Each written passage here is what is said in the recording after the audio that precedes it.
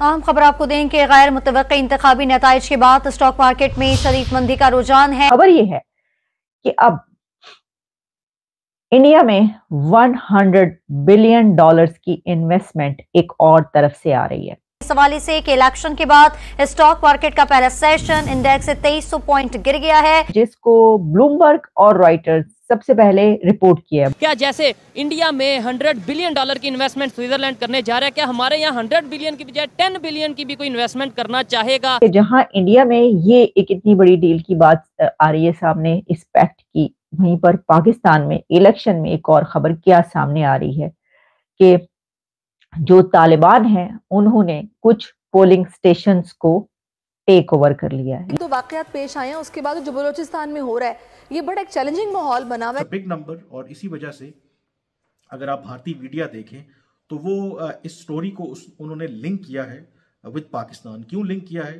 एक तरह से वो पाकिस्तान पर तंज कर रहे हैं। Big win for Indian defence export, massive $225 million ammunition deal हुई है सऊदी अरेबिया और इंडिया के बीच। दूसरी तरफ पाकिस्तान अपनी इकोनॉमिक सर्वाइवल के लिए इस वक्त स्टैंड बाय एग्रीमेंट उसने कर रखा है IMF के साथ, जो $3 बिलियन ब्लूमबर्ग में शामिल है और उसमें जो है उसमें कहा गया है कि India eyes $100 billion investment from Switzerland and Norway.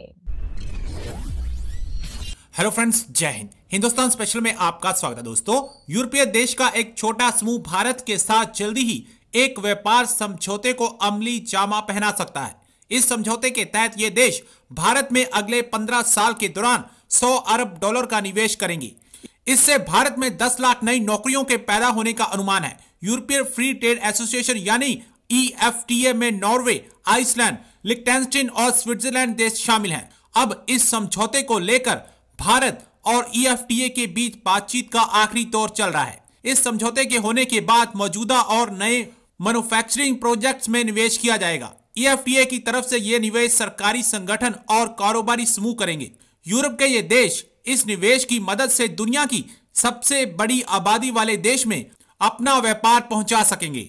Switzerland के अर्थव्यवस्था मंत्री मार्पलिन ने पिछले महीने भरोसा जताया था कि भारत में अप्रैल में आम चुनाव से पहले इस समझौते को पूरा कर लिया जाएगा।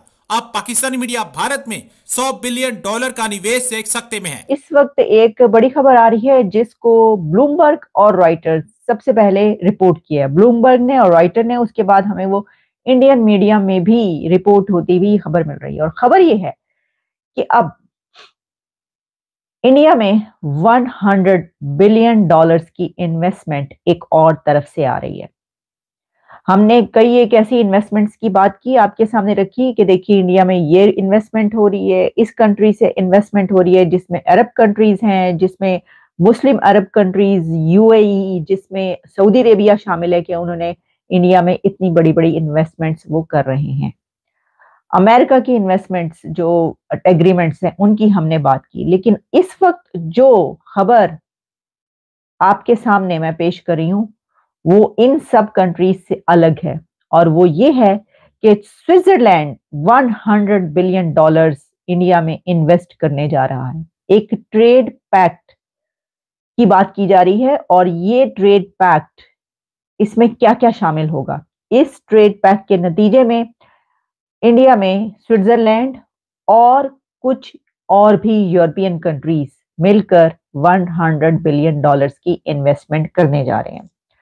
तो इसकी तफसीलात आपके सामने रखते हैं, उसके बाद बताएंगे कि जहां इंडिया में ये एक इतनी बड़ी डील की बात आ रही है सामने इस पैक्ट की, वहीं पर पाकिस्तान में इलेक्शन में एक और खबर क्या सामने आ रही है कि जो तालिबान हैं उन्होंने कुछ पोलिंग स्टेशंस को टेक ओवर कर लिया है। लेकिन वो खबर मैं आपको इसके बाद बताऊंगी कि वो बात कौन कह रहा है और क्या हुआ है।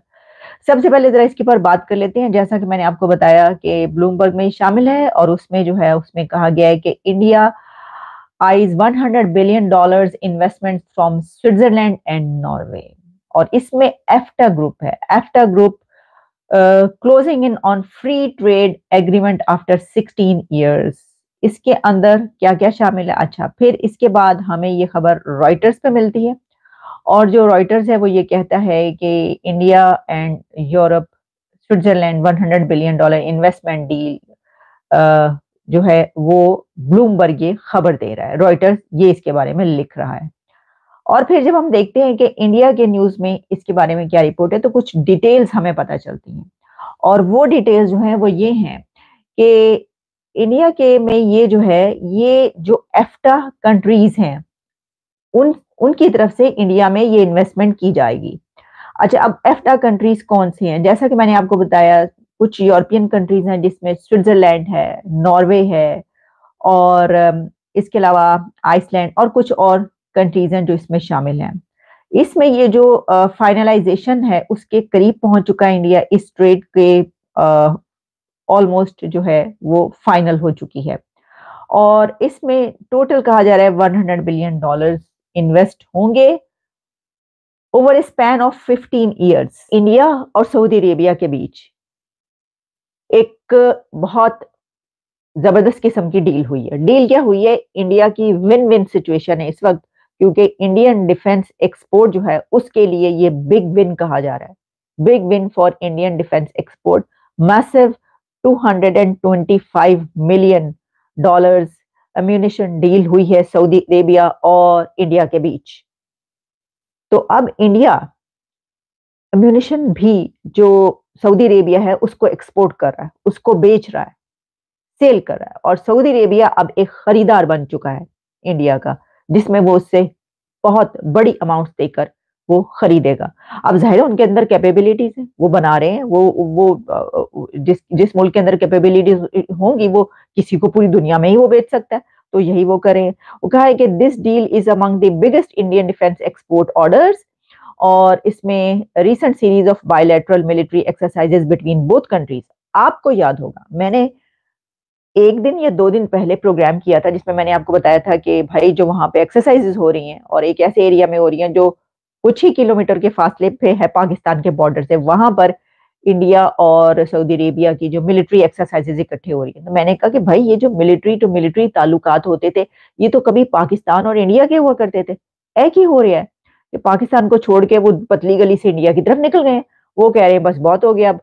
अब देखें जैसा कि राहील शरीफ तो उनकी फौज को पता नहीं ऐसा कहते थे कि उनकी फौज को ही कमान करें, हेड करें। भाई किसी मुल्क की फौज को तो आप किसी मुल्क और किसी और मुल्क का वो आर्मी चीफ नहीं हेड कर सकता, लेकिन बहरहाल वो एक बहुत बड़ी पोस्ट पर वहां पर, और उनकी फौज को ट्रेनिंग देने के हवाले से तो पाकिस्तान की बहुत ज्यादा सर्विसेज, बहुत भाई बहुत, लेकिन वो बहुत जो है वो अब बहुत कम हो चुकी हैं। इसकी वजह ये उसके बीच में कौन आ चुके हैं? रकीब रूसिया यानी कि रकीब वो है, कौन है आप समझ सकते हैं, पाकिस्तान का रकीब इंडिया।